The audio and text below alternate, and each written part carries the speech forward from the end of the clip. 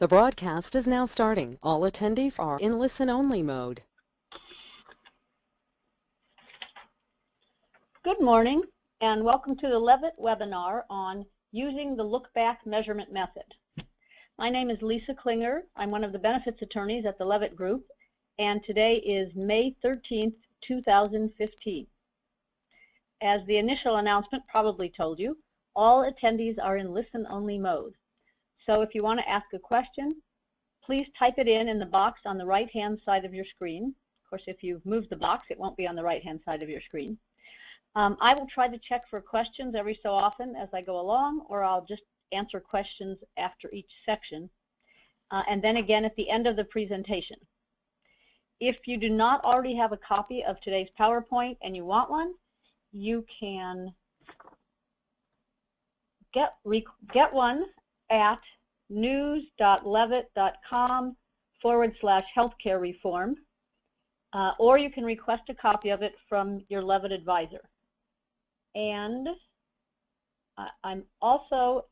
it's also available, I had used this, and it may also be news.leavitt.com/category/healthcare reform, or the other URL is healthreformupdates.com, and that links directly to this website,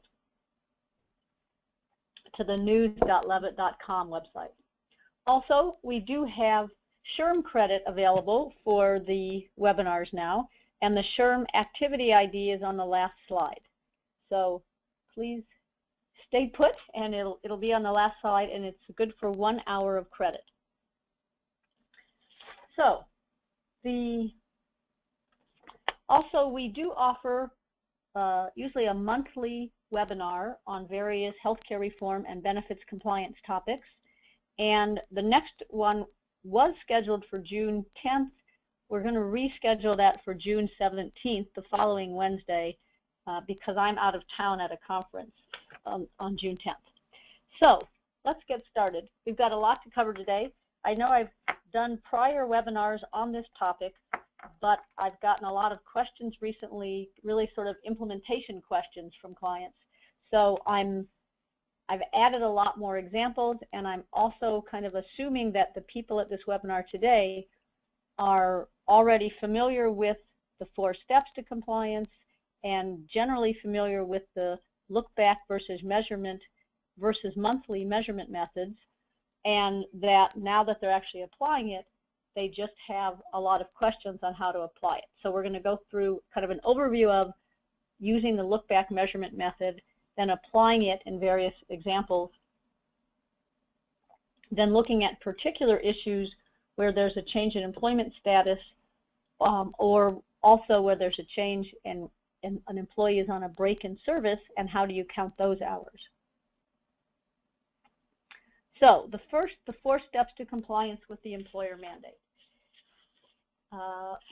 We're going to assume for this webinar that you've already determined the employer size, that you are a large employer, so this applies to you, what your compliance date is, and whether that's January 1st, 2015, or the first day of the 2015 plan year, or January 1st, 2016, or the first day of the 2016 plan year. And also step number 3, you've determined what coverage will be offered, and you're probably already offering it. And that would be, is it minimum essential coverage? Does it provide minimum value? And is it affordable for all or some of your employees? And if you're looking at affordability, what safe harbor will you use to determine affordability? So this seminar focuses on step 4, which is determining which employees will be offered coverage and when. And you've probably already seen our 4 steps to compliance document. Let's see if I can pull that up quickly. That's what this looks like. If you haven't seen this, then please ask your Leavitt advisor for a copy. It's the Employer Mandate Pay or Play 4 Steps to Compliance. So it's got the easy 4 steps, and then there's what to do under step 1, and it links to articles that we've posted on healthreformupdates.com that are on the various, for each of the various steps. And then step 2, determine compliance date. Then it lists links to articles on what the compliance dates are and how to accomplish it. Step 3, what will be offered. Links to articles on minimum essential coverage, minimum value, affordability. And step 4 is determine which employees will be offered coverage and when. And there are several articles, 3 articles on healthreformupdates.com that specifically addresses that. And then there's also documentation of that. So if you want to use that, when you use that, the documentation page says, please complete the documentation steps, keep a copy in your ACA compliance file, and send a copy to your Leavitt advisors. So that's just that you're documenting your employer size, that you determine what your compliance date would be, that whether you qualify for some of the transition rules,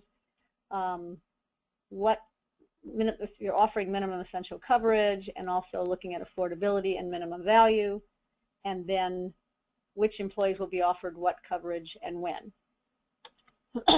So those are those steps. Let's see if I can get back to the webinar page.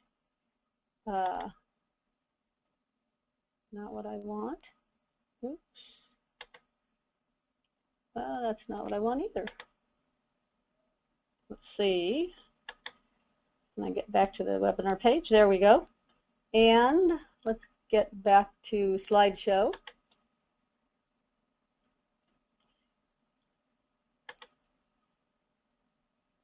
So we're back to step 4. So what do you need to determine? And that's kind of what we're going to talk about how to do it in this webinar. As of what date does the employer mandate apply? Although, as I said, we're assuming you've already determined that. To which categories of employees will the look-back method apply? Then you need to set your standard periods, the standard stability, administrative, and measurement periods, and you'll use payroll records to track employee hours during the measurement period. Then you'll need to look at which particular employees will be tracked during the most recent look-back period, the employees who are subject to the look-back method.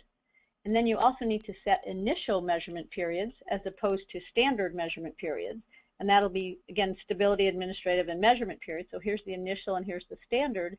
And then you'll track new hires' hours in both the initial and the standard measurement periods.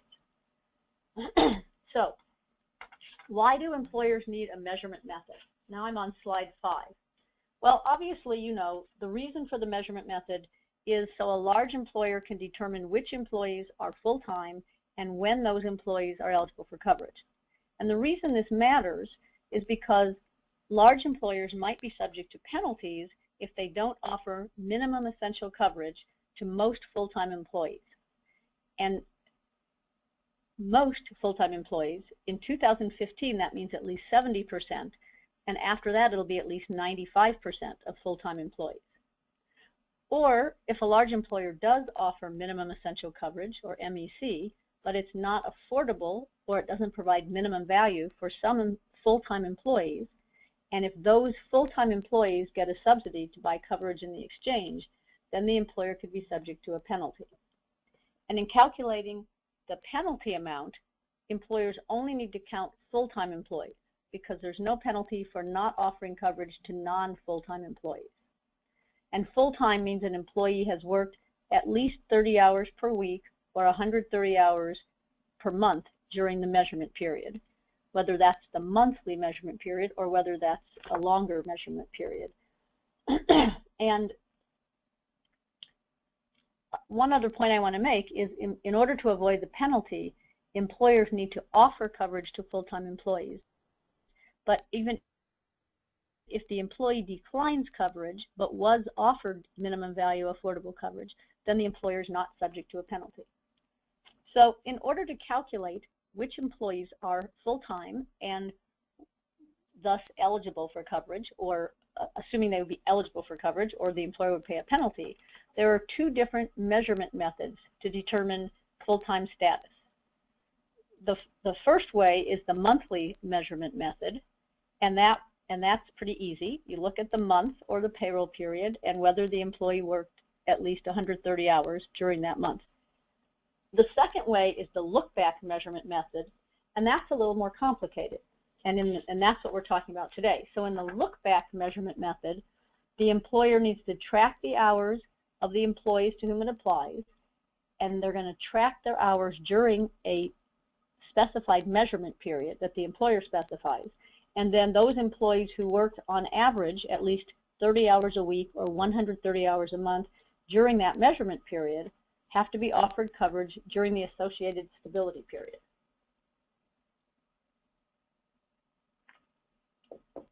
The next issue is, which measurement method should you use? Well, the general rule is you have to use either the look-back measurement method or the monthly measurement method for all employees in the same category. And there are only 4 allowable categories. And keep these categories in mind because they apply for other purposes as well. So the allowable categories are salaried employees versus hourly employees, or collectively bargained versus non-collectively bargained. The third category is each group of collectively bargained employees that are covered by a separate bargaining agreement. Or the fourth is the state that is the employee's primary place of employment. Should be place, not places. So if you had employees in California and employees in Utah, you could apply the look-back method to employees in Utah and the monthly method to all employees in California. Now, initially, we thought, and lots of people thought, that you could just apply the look-back measurement method.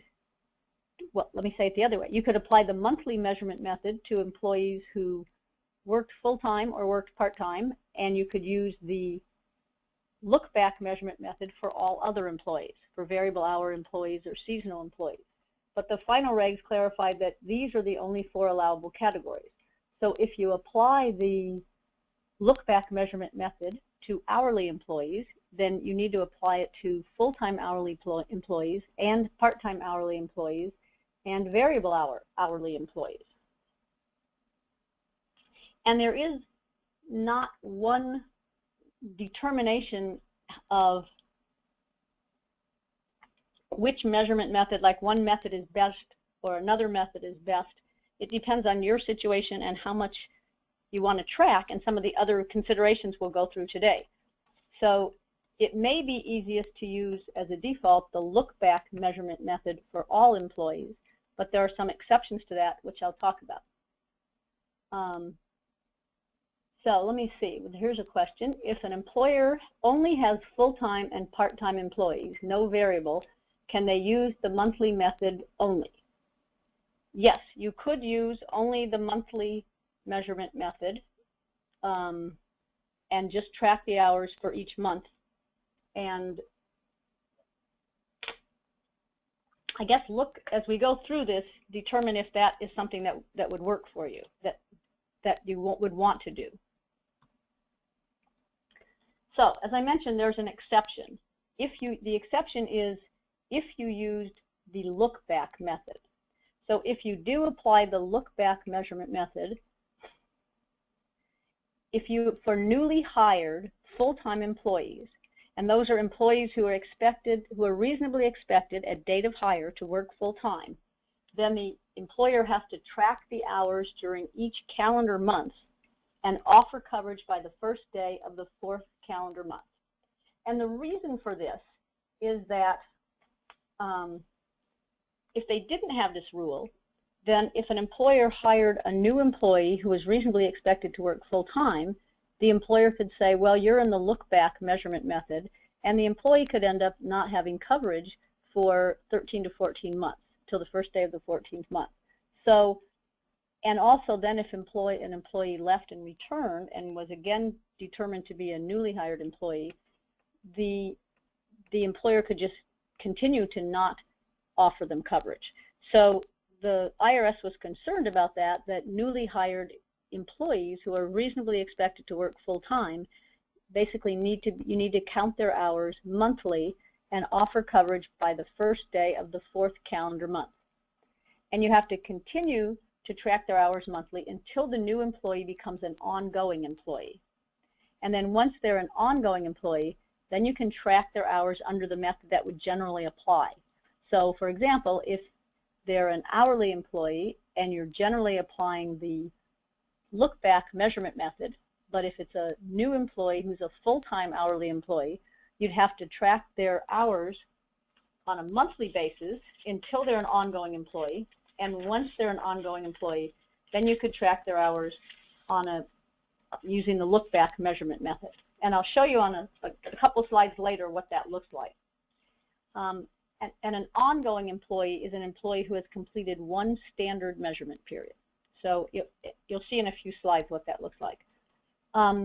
Also, if you have a shorter waiting period, then you would offer coverage by the end of the waiting period. And the waiting period rules are separate from the employer shared responsibility rules. So the waiting period rules probably say you have to offer coverage by the first of the month after 60 days of employment, or if you have an allowable probationary period, then you could have an additional 30 days. But your waiting period might be shorter than the first day of the calendar month. In fact, almost always will be. So you may actually be offering full-time employees coverage before the first day of the fourth calendar month, but for purposes of the employer mandate, you won't have a penalty until the first day of the fourth calendar month. So let me see, another question that came in, can you have a 2-month look-back period? I think we're going to get to that in a few slides. Well, for a look-back period, you can't have a 2-month look-back period. It has to be 3 to 12 months, and it would you probably want it to be 6 months or 12 months. And I think in most cases you'll want it to be 12 months. So I've got a slide a little later on that, but it does have to be at least 3 to 12 months. So let me look at the look-back measurement method. When can it apply? And this title is a bit of a misnomer because it really means when can you track the hours over a look-back measurement period? Or must you track the hours monthly even if the look-back method applies? So as I mentioned, it might technically be that the look-back method applies to that category of employees, for example, hourly employees, but if the person is full-time when they're hired, then you have to count their hours, track their hours on a monthly basis, even if the look-back method would generally apply. So you have to track hours on a monthly basis. The look-back method can't apply for a newly hired employee who's reasonably expected at date of hire to be full-time. And also, even if it's a newly hired temporary employee who's only expected to work full-time for a limited number of months, since they're reasonably expected at date of hire to work full-time, you can't use the look-back method. You need to track their hours monthly. But for other categories of employees, you can use the look-back method. You don't have to. So ongoing full-time employees, ongoing variable hour employees, newly hired variable hour employees, and seasonal employees, new or ongoing, you could put them in a look-back measurement method. So again, if they're newly hired variable, you can use the look-back measurement method. If they're newly hired, reasonably expected to work full-time, you need to track their hours monthly. So a quick overview of the look-back method. There's a measurement period, there's an administrative period, and there's a stability period. Usually the stability period is the plan year. And so if your plan year starts January 1st, this probably starts January 1st. And then you decide whether and work backwards. Then you decide do you want the administrative period to be 1 or 2 or 3 months. So if this started January 1st, your administrative period at 1 month would be the month of December. At 2 months would be November and December. At 3 months would be October, November, and December. And then your measurement period ends on the day before the administrative period begins. And the measurement period can be anywhere from 3 to 12 months. The employer decides. You can change it from year to year, but that would that would cause more difficulty, I think. So in most cases, I think you probably don't want to change it. And you probably want it to be either 6 or 12 months, the measurement period. And you can have different measurement periods for different categories of employees. And remember, it's the same for allowable categories. So a little bit more on the look-back method, the 3 periods. During the measurement period, you're going to track employees' hours. If you have a 6-month measurement period, the employee will be considered full-time once they've worked 780 hours during the measurement period. And if you have a 12-month measurement period, they'll be considered full-time once they've worked 1,560 hours in the 12-month measurement period. So if they work 60 hours a week instead of 40, they'll get to those numbers sooner than if the work was spread out over the entire measurement period.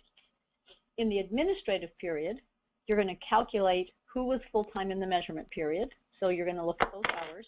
You're going to notify employees who were full-time and send them enrollment materials, and then give employees time to enroll. And you'll probably want to have you may want the standard administrative period to coincide with your regular open enrollment period, so that those employees who will be full-time are enrolling at the same time as everyone else, and you're sending out the information at the same time as everyone else. The administrative period, excuse me, cannot cause a gap in coverage, and it also cannot lengthen or shorten the measurement period or the stability period. And I'll show you a diagram of that in just a minute so it makes more sense. The third type of period is the stability period. In the stability period, you offer coverage to employees who were full-time in the measurement period, and that applies regardless of how many hours they actually work during the stability period, but as long as they continue to be your employee. So if they were full-time in the measurement period, but then you offer them coverage and they have coverage, but then sometime in the stability period they change to being part-time, you still have to offer them coverage. And the stability period has to be at least as long as the measurement period, and a minimum of 6 months. And as I said before, the stability period usually starts on the first day of your plan year.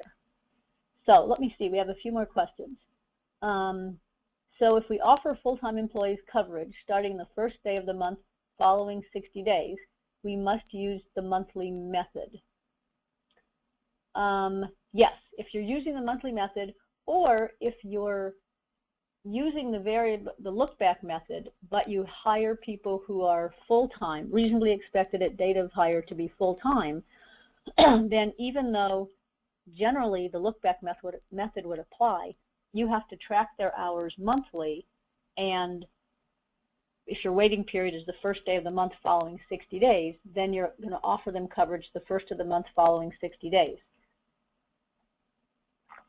But that would be if they're newly hired. So once they're there for a full cycle, then you'll also track hours, and I'll show on a later slide. Once they've been there for a standard measurement period, you'll be tracking their hours during the standard measurement period, and then you could offer hours or not for the associated stability period based on whether they're full-time or not. And I think that'll make more sense in a few more slides. Next question is, we offer health insurance coverage to every employee who is hired as a full-time employee, regardless of actual hours worked.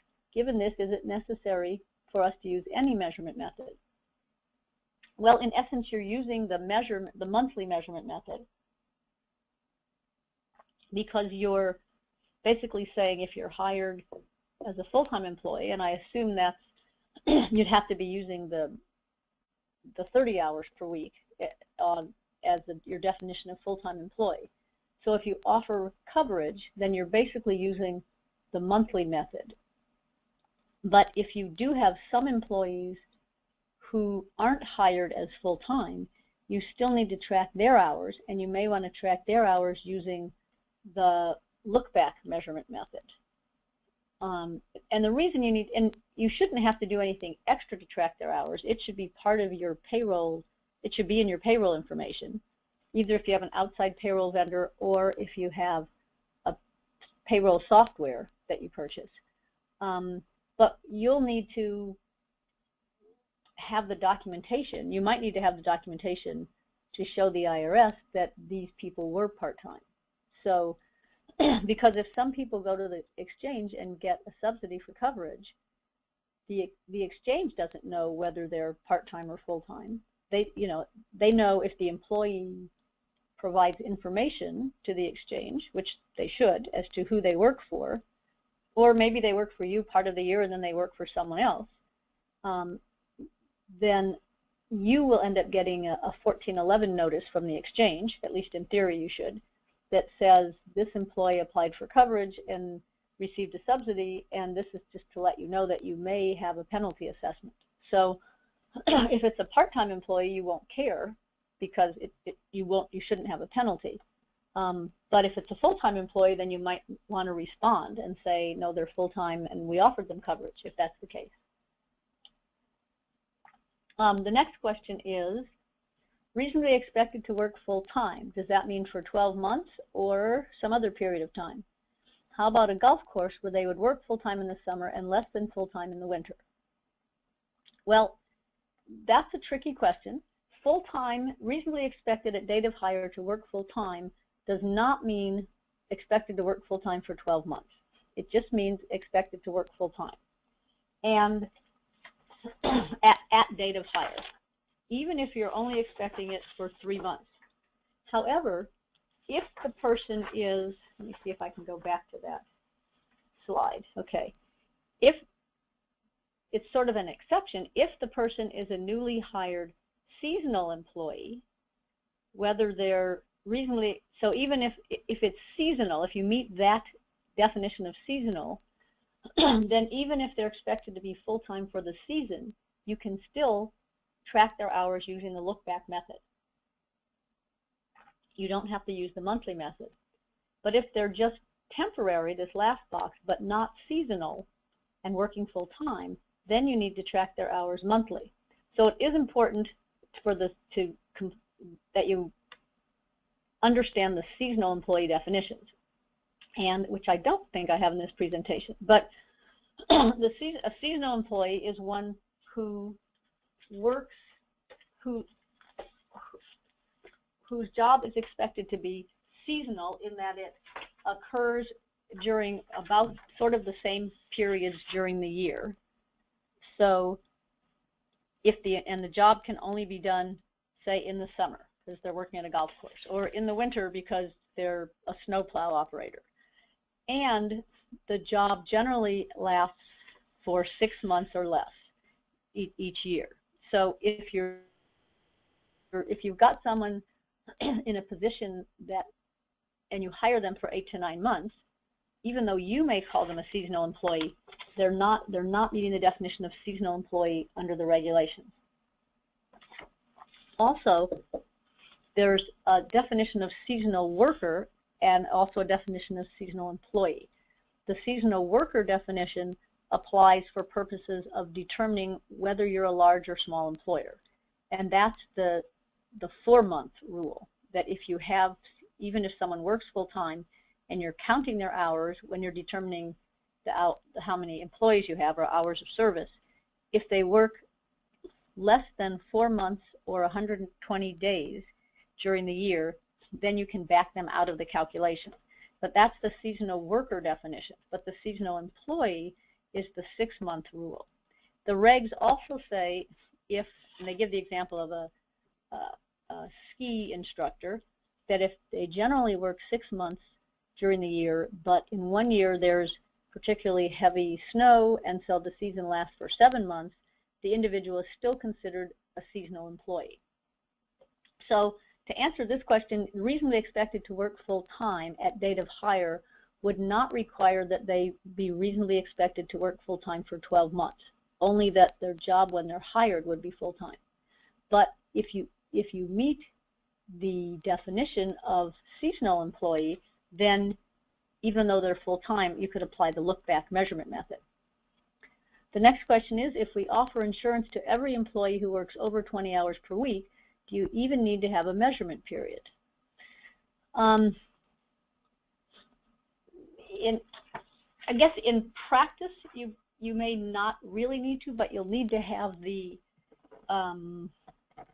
you need to have your payroll backup showing that everybody that you offered coverage to, people who worked over 20 hours a week, and there weren't people who ended up working over 20 hours that you didn't, or over 30 hours that you didn't offer coverage to.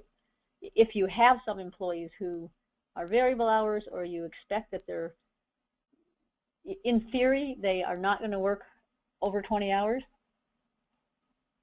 but in practice they do end up, or they end up having a change in status during the year. And I have some slides on that issue farther along in the presentation. But also you still need to figure some way that you're determining who works over 20 hours, and that's probably using the monthly method. So next, the last question so far is, for the measurement period, is an employee a full-time employee if they work on average of 30 hours per week? Does the 1,560 hours for 12 months take this into account? Yes, it's basically taking that into account, because if they work on average of at least 30 hours a week, that equates to 1,560 hours for 12 months, or 780 hours for 6 months. So if they worked, let's see, I have an example in a later slide, I think. If they worked 60 hours a week instead of 40, then after some period of time, after something like 3.5 months, they would have worked the full amount of time. They would have worked the 780 hours, and so they would be eligible for coverage even if they didn't work any time after that. So let me see if I get to that example. So I actually already built in some frequent questions that I've been getting from people, and in fact they're different from the questions that have been asked so far. So the ones I built in, during the measurement period, must I count all hours an employee works, or can I cap it at 40 hours? No, you can't cap it at 40. You have to count all the hours that they actually worked. And second, do I have to count hours an employee is on leave or vacation? So the answer is yes, you have to count all hours of service for which an employee is paid or entitled to payment, plus you also have to count hours of special unpaid leave. And the hours that an employee is paid or entitled to payment would be hours actually worked, or hours on vacation or holiday, or FMLA leave, or other paid leave, or paid disability if it's paid by the employer, but not if it's paid by a third party. And special unpaid leave is unpaid FMLA leave, unpaid jury duty, and unpaid USERA leave, or military leave. And so that's defined in the regulations. And other unpaid leave, you don't have to count. And the last question I have is, do I have to continue to offer benefits to an employee for the rest of the stability period if the employee's hours drop and the employee only works part-time? And the answer is yes, that's the point of the stability period. And there is a limited exception, which I'll discuss later. But I know I've made this point already several times, but I know that often in practice, that's the area where people just can't believe that's really the answer. So let me see, I have another question. We have a youth program where students are hired as part-time trainees for 10 months and get paid every other week while they work in construction, 12 to 20 hours every other week. Would they be considered seasonal? They probably would not be considered seasonal under that circumstance, because there's not a particular season or where the work can be done, or a time of the year where it usually starts. So that probably would not be seasonal, although maybe they would, if they work 12 to 20 hours every other week, then they would not be considered full-time, so you would still be, in either case, if they were seasonal or if they were variable hour or part-time, you would be measuring their hours using the look-back measurement method. And let me just point out, sometimes it helps to look at how the look-back method would function over 4 or 5 years. So this is a simple version of how it would start. And just a couple things to notice. Notice that the administrative period, the red arrow, overlaps the end of the prior stability period and also overlaps the beginning of the next measurement period. And the administrative period, well, is the first, it's between the measurement and the stability period the first time it's applied. But after that, it's overlapping. So as soon as one measurement period ends, the next one begins. I guess these lines are a little off. As soon as one stability period ends, the next one begins. So someone who's already served one measurement period, if they continue to be full-time, once they're in the stability period, there's no gap in coverage after one stability period and before the next one ends. Also, since the cycle is a continuous loop, if an employee, looking at the purple arrows, when an employee is in the stability period, part of those same months, many of those months, are also part of the next measurement period.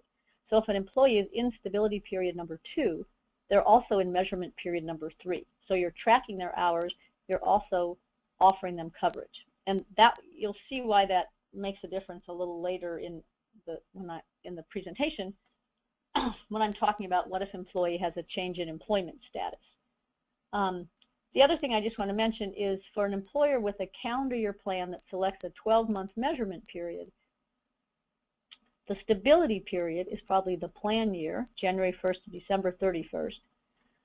If you have a 1-month admin period, that would be December 1st to 31st. So the measurement period would be December 1st of the prior year to November 30th of this year.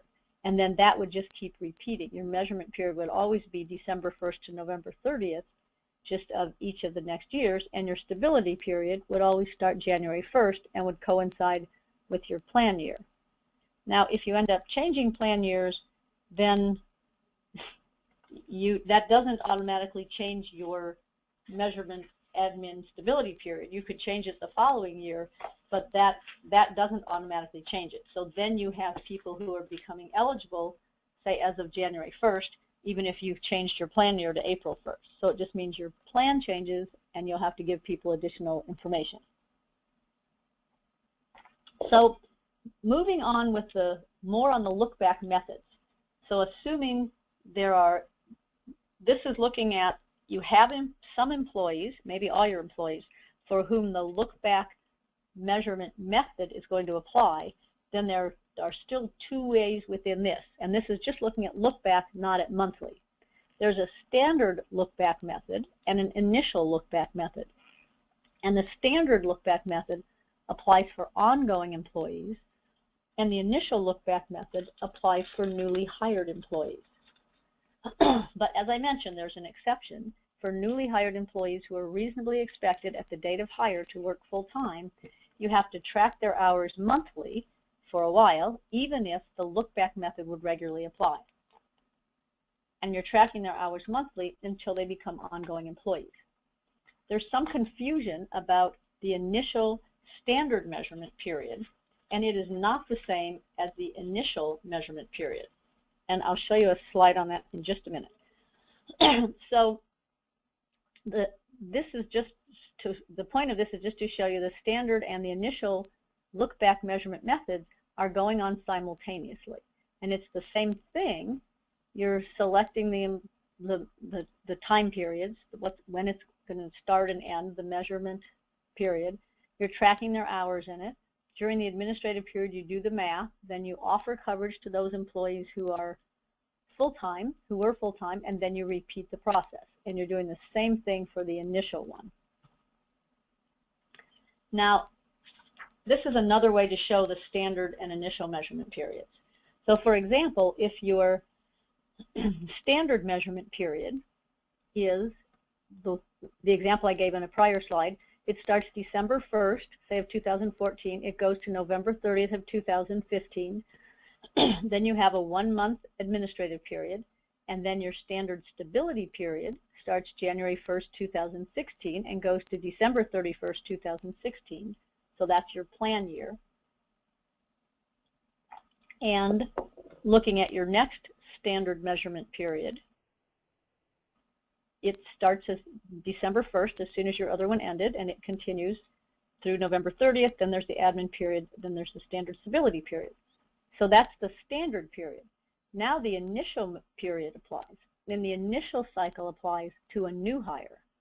So the initial cycle, for example, someone who's hired June 1st, 2015, they would have an initial measurement period from June 1st through May 31st of 2016. Then they would have a 1-month admin period, and then their initial stability period starts. So this employee would track their hours starting June 1st, if that's when they were hired. You would also track their hours starting December 1st, 2015 for the standard measurement period. But you would not track their hours for the standard measurement period that began back in December 2014. Even though that's the standard measurement period that you're in when the employee is hired, you don't track the person in this measurement period. You track them in their initial measurement period starts on their date of hire. Now, if this person had started even February 1st, so maybe if you track them in this, they would have enough hours to have coverage here, but you wouldn't do that. You don't track their hours in the standard measurement period that started before they were hired. You only track their hours starting with their date of hire and then as of the next standard measurement period. So I hope that helps a little bit. It is very hard to explain this stuff, and I feel that the pictures often really help. And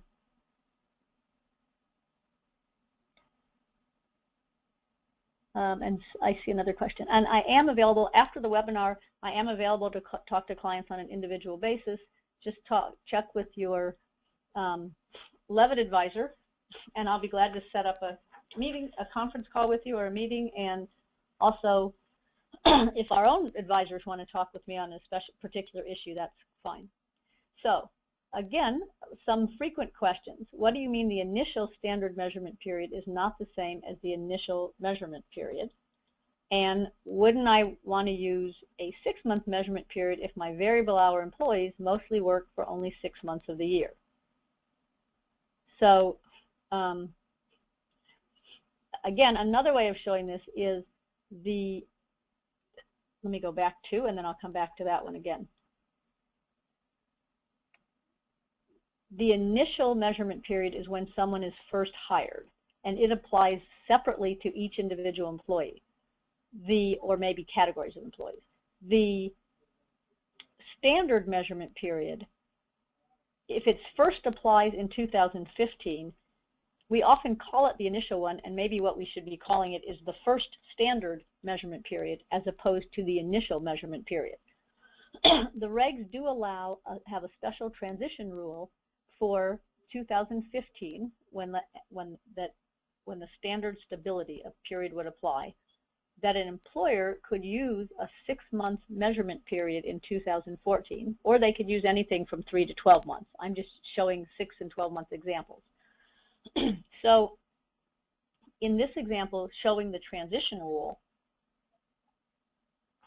and this is, we'll call it the first measurement period or the first stability period, and it's different from the initial measurement period. So if you have a January 1 plan year and you're going to have January 1 as your stability period, you could have a 1-month administrative period, and your first measurement period could be 6 months starting June 1st, or you could have a 2-month measurement period, a 2-month administrative period, and your 6-month measurement period could start May 1st, 2014, or you could have a 3-month administrative period, and your 6-month measurement period would start April 1st, 2014. And in all these cases, your standard stability period would start January 1st, 2015. And this is slide number 17 that we're looking at. If you had a 12-month measurement period, again, your measurement period would start December 1st, 2013, it would go through November 30th, 2014. Then you could have a 1-month administrative period, and your standard stability period would start January 1st, 2015. And if you had a 2-month administrative period, you could have a 12-month measurement period starting November 1st. So these are different ways to get to a start date of January 1st, 2015 with different lengths administrative periods and different measurement periods over which you're going to track hours. And you're tracking hours here, you're tracking hours of employees who were currently employed during that entire period, employees who were ongoing employees during this entire period. If you had somebody who was hired during this period and was a new hire, you would not track their hours in these first standard measurement periods. You would start them on their own initial measurement period as of their date of hire or as of the first day of the month after their date of hire. This slide addresses the next question of, wouldn't I want to use 6-month measurement periods if I have employees who only work part of the years or part of the year? So, and the answer is you could, but the reason I think you often wouldn't want to is if you have, assuming you have a 12-month plan year. So again, let's say it's January, well, you would have a 12-month plan year. Let's say it's the calendar year plan year from January 1st to December 31st, 2015. Remember from the prior slide, as soon as one measurement period ends, the next measurement period begins. So it's not just that you're tracking employees' hours during 6 months of the year and then you don't have to track them the other 6 months. You're tracking them every 6 months anyway.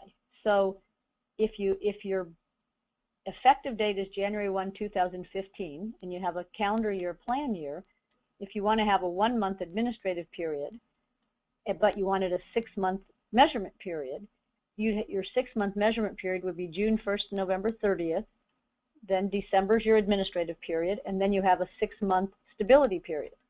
But as soon as your first 6-month measurement period ended, then you would be starting your new 6-month measurement period. So now you're also tracking employees from December 1st to May 31st, 2015.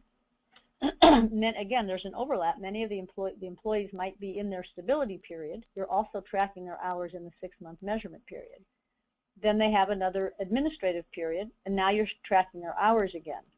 So now you're tracking their hours June 1st to November 30th, and then their 6-month stability period would start January 1st of 2016. So you could do that. It's just you'd have 2 different entry dates. During your plan year is still 12 months, but you'd have people who might be starting every 6 months in your plan year. So that would be fine, but that's what it would look like. So some help in setting the standard periods. Let me see, we've got some questions. Do employers that qualify for the 50 to 99 employee delay have the 6-month transitional first measurement period? At this point, the answer is no. It looks like the transitional measurement period, the 6-month special rule, only applies for 2014 to 2015. That could change in the future, and I'm 98% sure of that, so I will confirm that, but I'm almost positive it does not. So 50 to 99 gets 6-month transition rule.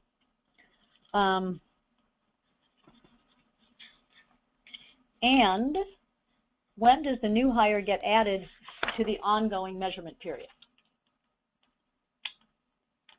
The new hire gets added to the ongoing measurement period. I have a later slide that shows this. Let me see if one of the prior ones also shows it. Let me see where my new hire person is.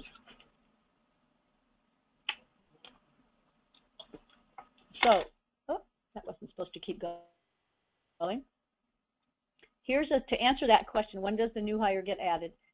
Here's the standard 12-month measurement period for an employer with a calendar year plan year and a 12-month measurement period.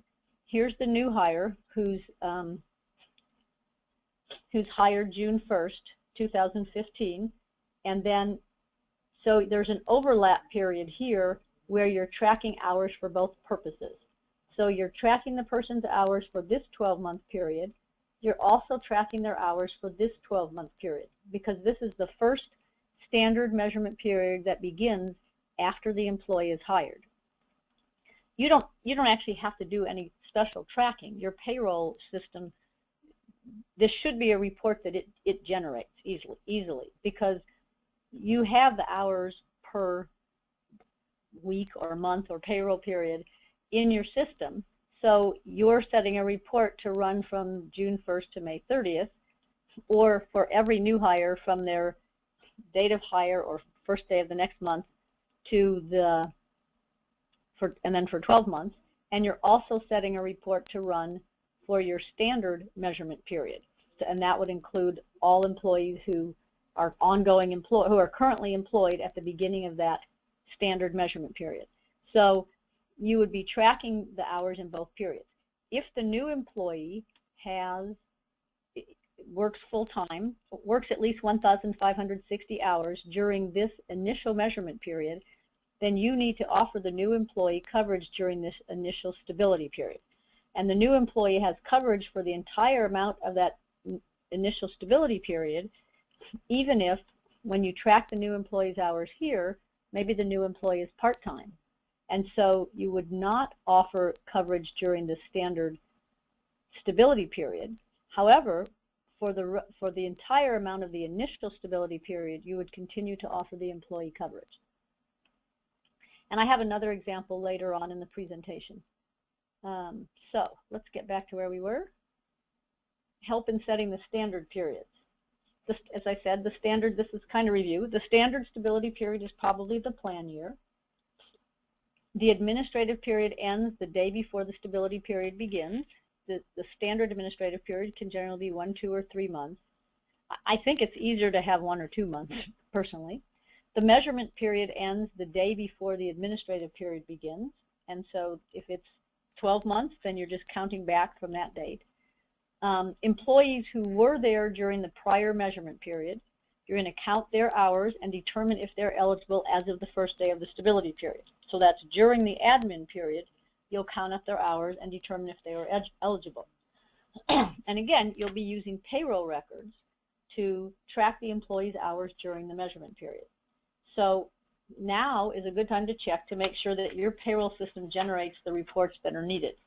And if it doesn't, then you probably want to start selecting a new payroll vendor or get a new payroll software system now, not at or after the end of the year. But most payroll systems will generate these reports. There does seem to be an issue, for example, with ADP, that you have to buy up to the module that does this, or that does maybe with the tracking and reporting. And we have another webinar that's on the information reporting that employers have to do. So I think most payroll systems will, probably all of them should, generate the reports for just tracking hours, even if they won't populate the information reporting forms, the 1094 or 1095Cs. The advantages and disadvantages of the 6 and 12 months, for 6 months, the advantage is that the advantage for the employer is that for employees who are full-time in the measurement period, you only need to offer them coverage for a 6-month stability period. The disadvantage is that more employees are likely to qualify over 6 months than over 12 months, and the advantages are the opposite for the 12-month period. And again, just a reminder, if you have a 6-month measurement period, once an employee works 780 hours in that 6 months, the employee is full-time. So they've worked on average at least 30 hours a week or 130 a month. And if you have a 12-month measurement period, that threshold is 1,560. There are also special rules in the regs. You can use payroll periods rather than weeks or months, but you have to use it consistently. So the next slide shows some examples of standard periods, where company A has a calendar year plan, company B has an April 1st plan, company C has a July 1st plan, and company D has a September 1st plan. And this just shows the diagram where here's the standard stability period, January 1st, April 1st, and I've just put the bars so I can make sure it lines up right, July 1st and September 1st, and then working back with a 1-month admin period, and then what would your measurement period be? And again, this is the standard periods, the standard measurement and stability period, not the initial measurement and stability periods. And this slide just shows you what the dates would be for the different stability periods, and if you have a 1-month admin period, what your measurement period dates would be. Now, what if you had a 6-month measurement period in 2014? As I mentioned, the special transition rule allows the use of a 6-month measurement period in 2014 for a 2015 start date. But it has to be at least 6 consecutive months, and it has to start no later than July 1st, 2014. So this slide just shows what several of those dates would be, and I showed in an earlier slide kind of the Christmas tree of where it would be. But this is if the other slide showed if where all the standard stability periods were January 1st, 2015, assuming your plan year was 2015. This slide shows what if you have different plan years. So your standard stability period is March 1st, or it's July 1st.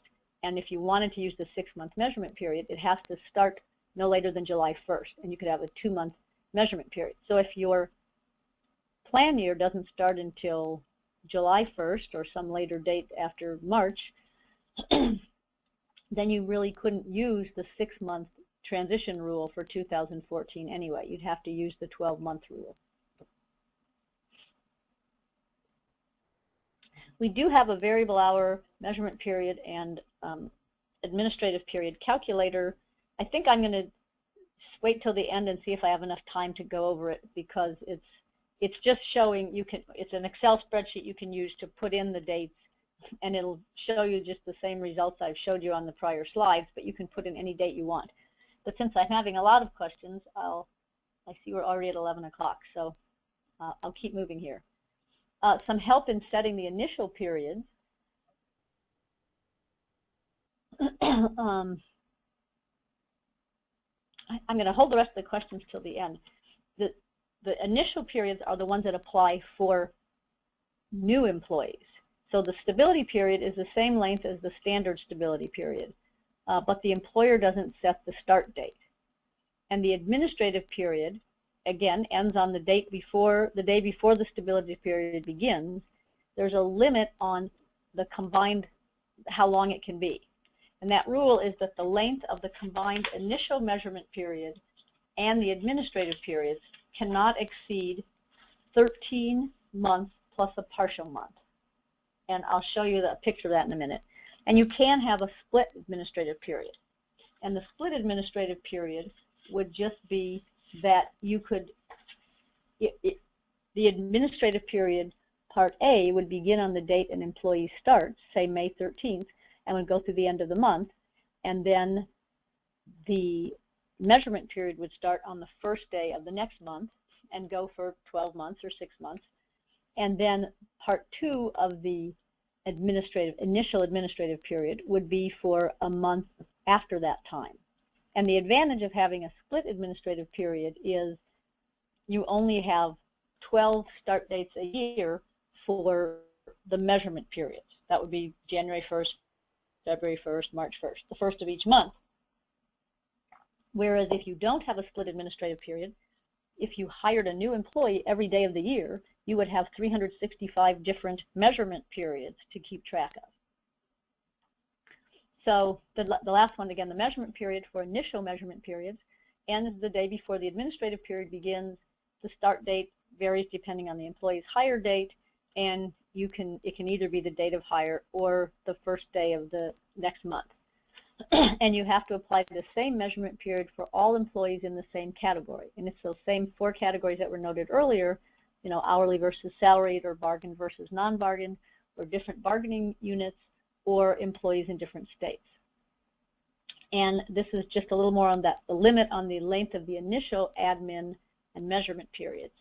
Can't extend beyond the last day of the first calendar month beginning on or after the 1-year anniversary of the employee's start date.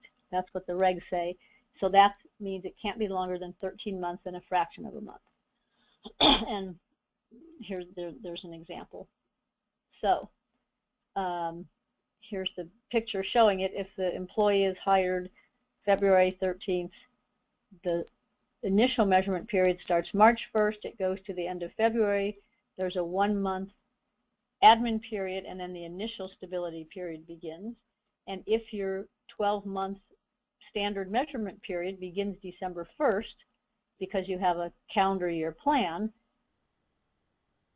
then you would track the employee's hours in this initial measurement period. You would also track their hours starting for the first standard measurement period that begins after their date of hire. So here's an example. I think I'm probably doing overkill on the examples, but a new hire transitions to an ongoing employee. Again, you're going to track their hours in both the initial and the standard measurement periods. Employee Brett is hired as a variable hour employee in February 2015. So the initial measurement period starts March 1st, 2015.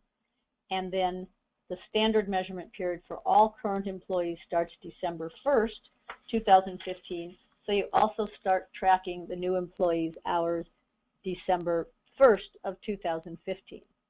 So for example, in this case, you would not track him in the period that started December 1st, 2014, even though if he's full-time, he might end up having enough hours in this measurement period.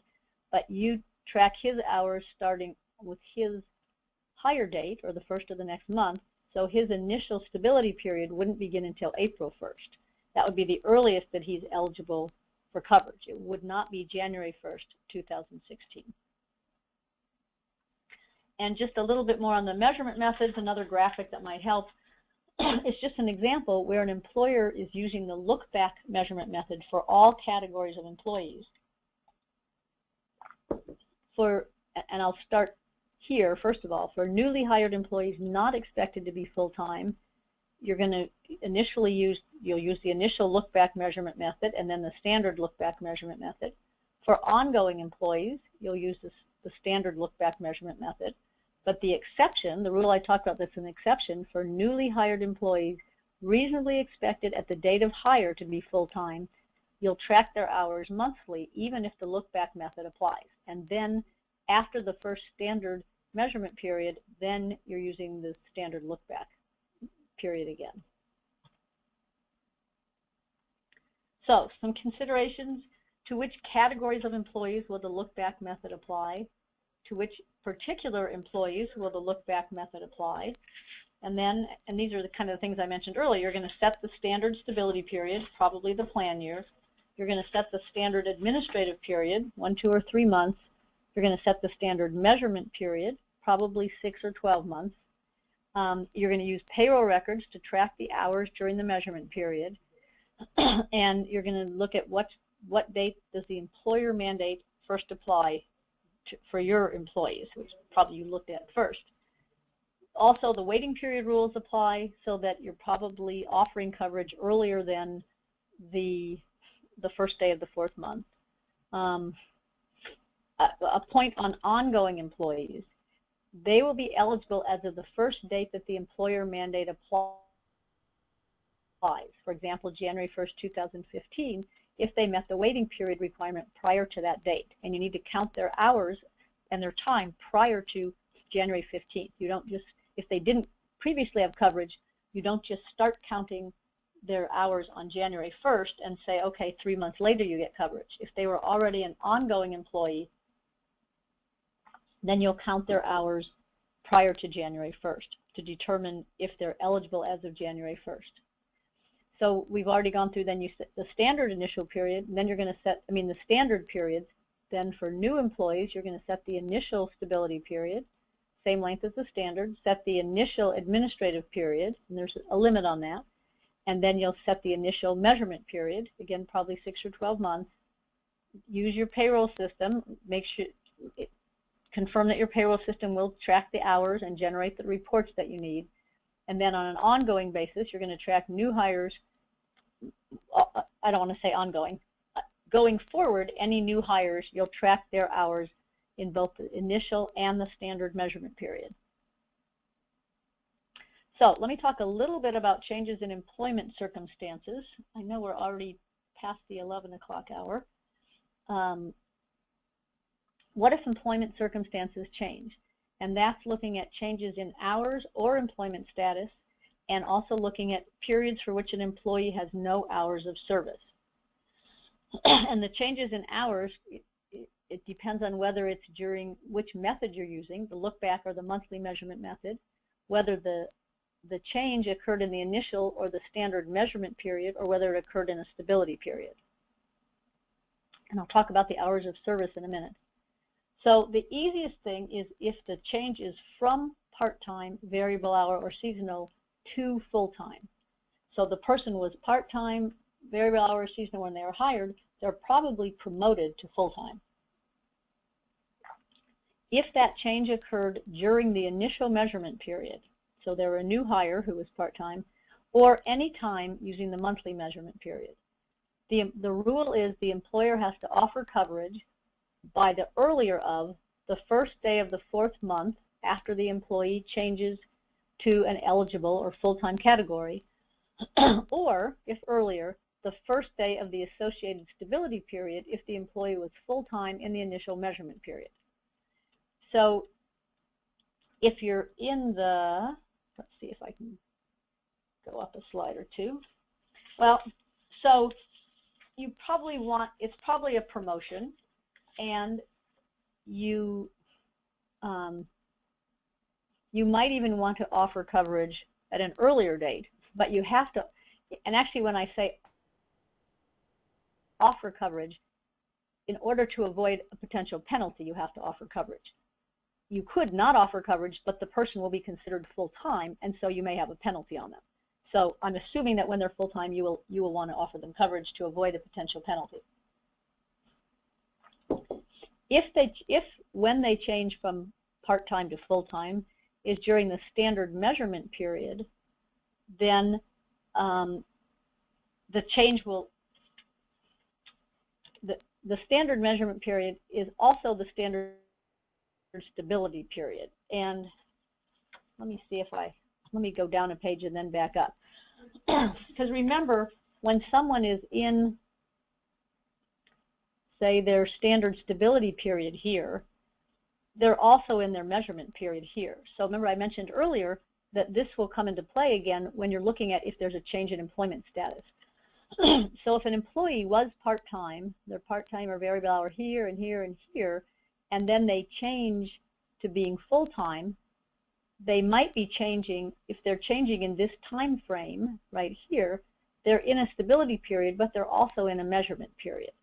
So it's hard to, it's the same time period will be two different types of periods. So if they're in the stability period, then a change from part-time to full-time will not affect the employee's classification as a full-time employee or not a full-time employee for the remainder of the stability period. But in practice, the employer is likely to offer benefits.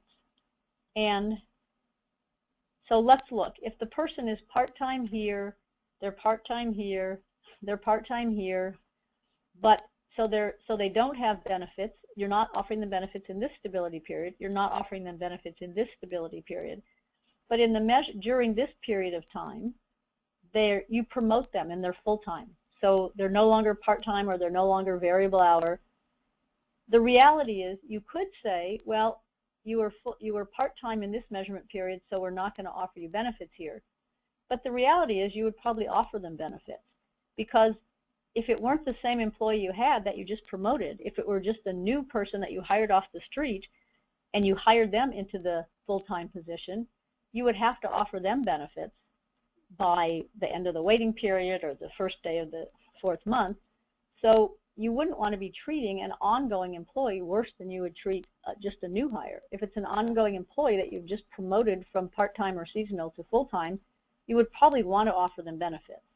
So even if though the rule is whatever you were in the measurement period, that's what you'll be for the entire stability period, you're likely to offer that person benefits.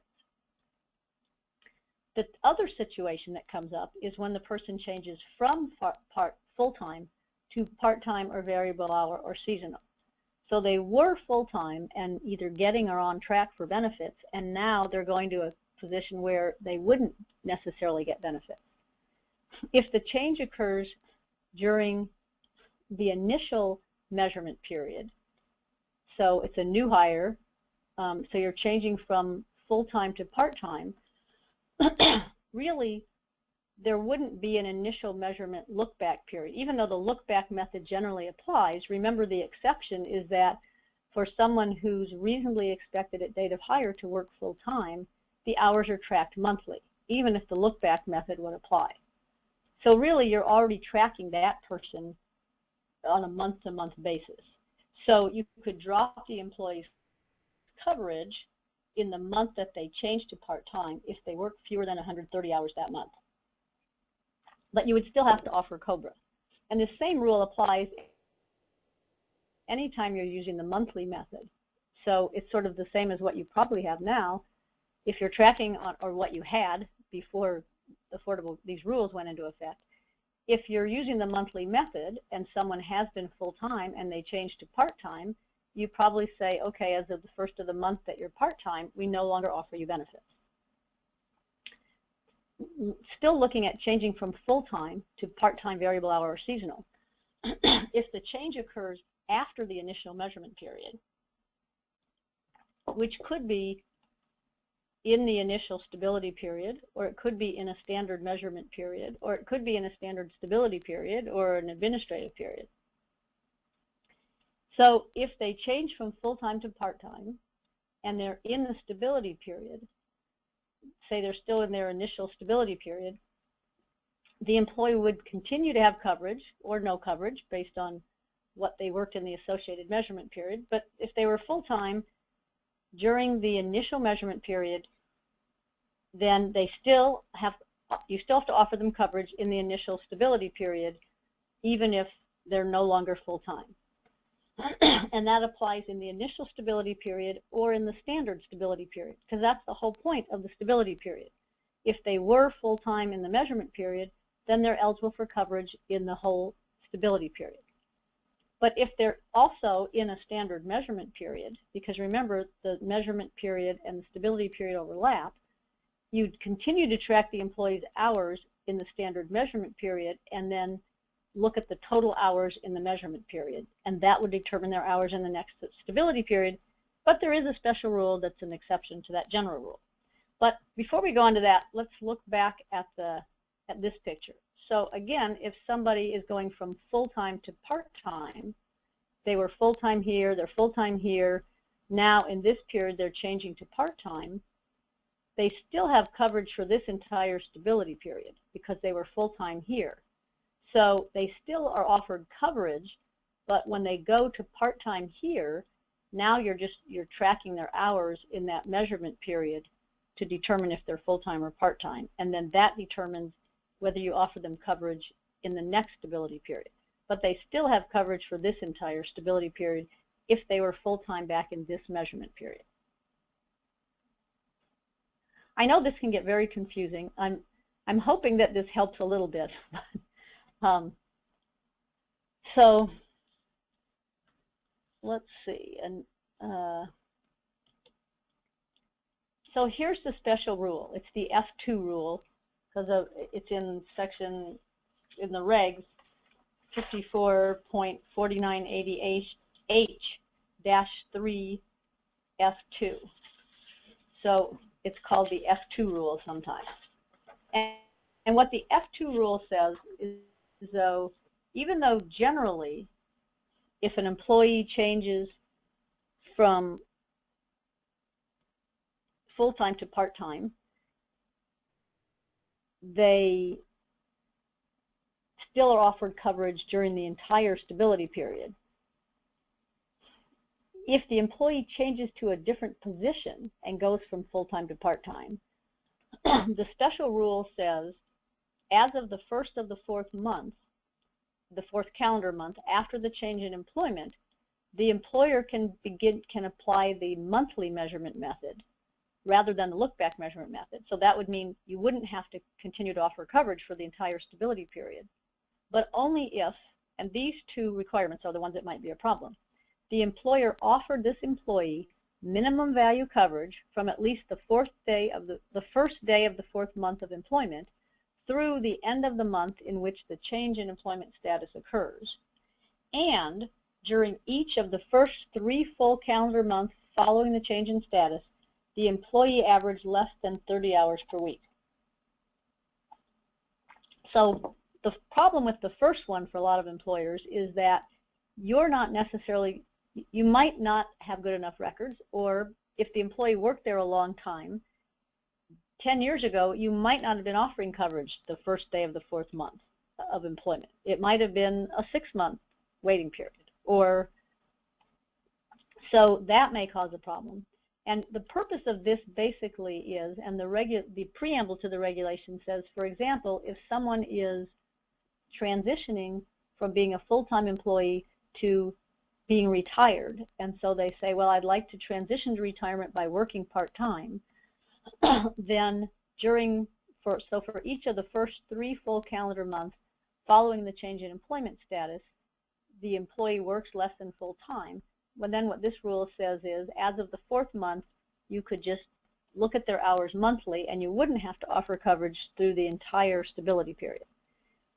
What's not clear, there's disagreement as to whether this applies even if the employee only changes from full-time to part-time but remains in the same position. That should be same, not some, or whether it only applies if they go to a different position. So the safer thing would be to not follow this special rule, because the example in the preamble also says if an employee is going to part-time in order to take care of a family member. And the examples in the preamble, the employee is not changing positions. They're just going from full-time to part-time. But the actual language in the regs seems to indicate that the employee would have to change positions as well. Okay, we're on the very last part now. So hours during leaves and breaks, break in service, or periods of non-service. So let me talk about this. These rules complicate how you have to count hours of service. But I wanted to sort of get through the regular hours of service before we did this. And it could be that you have no employees on leaves or employees who have periods of non-service. So you won't have to deal with this. So the periods for which an employee has no hours of service. What you're looking at is then if the employee comes back, upon rehire, is the employee a new hire or an ongoing employee? And there's a 13-week rule and a rule of parity and a 26-week rule for educational institutions. The 26-week rule is the same as the 13-week rule, except you use 26 weeks instead of 13 weeks. And if the employee is considered an ongoing employee when they return rather than a new hire, then do you count any hours of service during the break? So the 13-week rule, what it says is if an employee has no hours of service for less than 13 weeks, and then they return to work, you're going to treat that employee as an ongoing employee. And the consequences of that are you're going to count the hours before the break and during the break, if they count, to determine if, and after the break, to determine if the employee is full-time or not during the entire measurement period. And I have some little calendar things that show this also in a couple more slides. If the employee has no hours of service for 13 weeks or more, then when the employee returns to work, you treat them as a new employee. And so that means they have a new initial measurement period that begins on their new date of hire or the first of the month after, and you count only the hours after the break, so you don't count their prior hours. The other rule is the rule of parity. and that says if an employee has no hours of service for less than 4 weeks, then when the employee returns to work, you count them as a continuing employee, and you count their hours before the break and again after the break. If an employee on the other end has no hours of service for 13 weeks or more, then when they return to work, you count them as an ongoing, actually this should be as a new employee, and they have a new initial measurement period. But if the employee has no hours of service for 4 to 13 weeks, then you compare the length of the leave to the length of the prior employment. And if the period of no hours is greater than the period of prior employment, then you treat them as a new hire. But if the period of leave or no hours is less than the period of prior employment, then you treat them as an ongoing employee and you count the hours before and after the leave. And there's a little chart that just restates what I just said in the prior 2 slides, but I think that the longer explanation helps more. So here's an example for the rule of parity. If the employee works for 5 weeks, and I've got it in, so it's January plus a week in February, and then they don't work for the next 2 months or 8 weeks, and then they're rehired. So when they return to work, you can treat them as a new employee because they were gone for longer than they worked there. So the hours worked prior to the break, the first 5 weeks, are not counted in determining full-time or part-time status. And this is looking at a look-back measurement period of 6 months, so January through June. The second example, of course, is going to be the opposite. You still have the January to June measurement period, but the employee works for 3 months and then terminates and is gone for 2 months and is rehired after 2 months. So then when the employee returns to work, you treat the employee as an ongoing employee. And you have to count when you're determining how many hours did they work during this 6 months. You're counting the hours in January, February, March, and also in June. And if the employee were on unpaid special leave, then they would also be getting credit for the period that they're gone.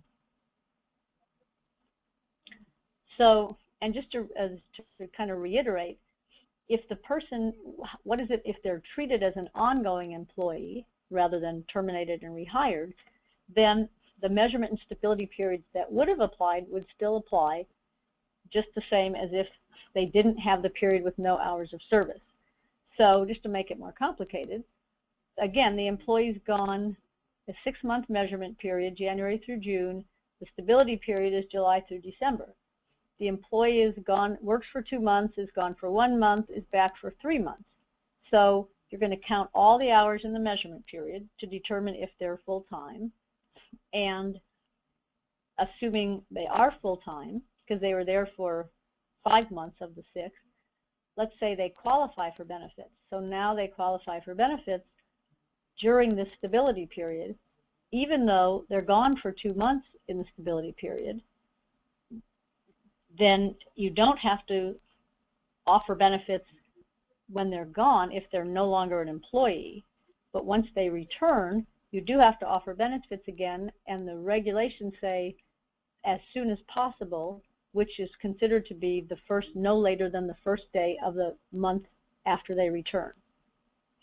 So again, it's something that your payroll system really needs to be able to document. And you also, your payroll needs to be able to track.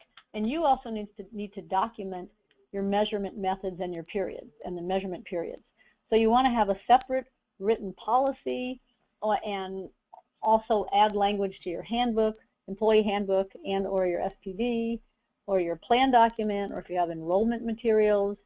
And at the very least, you want to notify employees that eligibility will be determined using the measurement methods under the Affordable Care Act. I think it's better if you specify which categories of employees will be tracked under which measurement method, define variable hour employees and seasonal employees, because basically you need to specify the eligible and ineligible classes for health benefits, and employees want to know, when will I be eligible for coverage? What circumstances make me eligible or not eligible? So even if you have a short explanation of the measurement and stability periods, you know, that under the monthly measurement method, we track your hours every month, and if you work on average at least 30 hours a week or 130 a month, you're eligible for coverage. But if you're in one of the classifications that is measured under the look-back measurement method, then we will track your hours over a specified measurement period of 6 months or 12 months, and if you work at least 780 hours or 1,560 hours during that measurement period, then you'll be offered benefits for the entire stability period. So I think it really helps to have something that lets employees and plan participants have some idea of their eligibility. And this is just the links to the guidance in the final regs and the final page with questions. And here's the SHRM activity ID, which is 15-3017. Again, 15-3017. If you need that. And there are a few extra slides that are included with this that were just background material that, like, I didn't go over, just an overview of the large employer mandate and what's a full-time employee. So I'll stay on that page. Let me see, I know we're at 11:29, so actually we'll probably put it in for an hour and a half or 1.5 SHRM credits rather than just one credit. We did have a lot of questions. If for people who can stay on, there are additional questions that people have asked. Let's see. For a plan whose renewal date is October start, their initial measurement period is August 1st, 2014, or must it be July 1st, 2014? It depends on whether you have the, you're using the 6-month rule or the 12-month rule.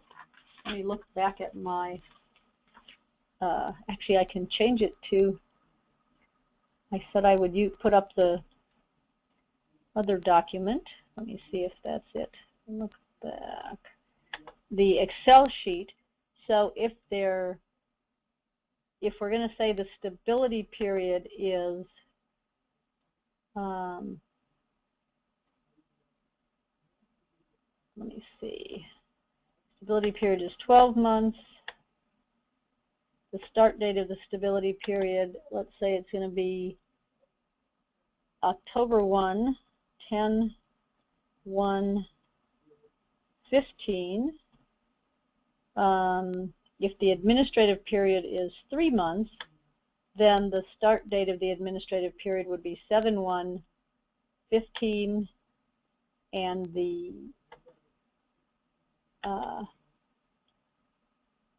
measurement period would start 7/1/2014 and end 6/30/2015.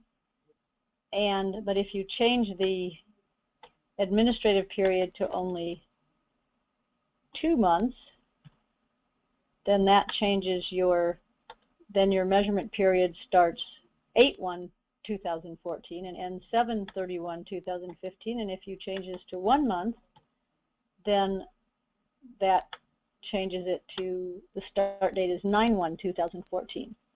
The next question is, we would use the ACA look back beginning January 1st, 2016. Would I use the 6-month look back in 2015 to determine coverage eligibility? The answer, I'm 98% sure on that, is no. You would use the 12-month measurement period. Well, if your plan year, if your stability period is 12 months, then you would use the 12-month measurement period. Because again, generally your stability period is the same length, or at least as long, as your measurement period. There's just that special transition rule for 2014 to 2015 that allows an employer to use 6 months rather than 12 months. But if your ACA look back begins, if the compliance date is 2016, then I believe you'll have to use the 12-month look back period in 2015. And this, just to show you, this is if you use the split admin period and then the measurement period and then the other admin period, and this shows what your stability period would be. So this is showing oops, for example, for a date of hire of 3/3/2015 and the length of your measurement period 12 months, your first administrative period would be 3/3/2015 to March 31st, 2015. I'm sorry, your first administrative period, and then your measurement period would be April 1st, 2015 to March 31st, 2016, and then your Part B of your initial administrative period would be the month of April in 2016, and your stability period would be May 1st, 2016 to April 30th, 2017. So that's for a new hire where you're using a split administrative period, if you want to see what those periods would be. So it looks like I don't have any other questions. If you do have additional questions that you want to talk with me afterwards or set up a meeting with your Leavitt advisor, that's fine. Just let us know, and I hope this has been helpful. I know there's a lot of material that we've covered. Again, the PowerPoint is posted on healthreformupdates.com, which also is news.leavitt.com/category/healthcare reform. So, or you can contact your Leavitt advisor and get a copy of the presentation. Okay, thank you very much everyone for attending, and this will end the webinar.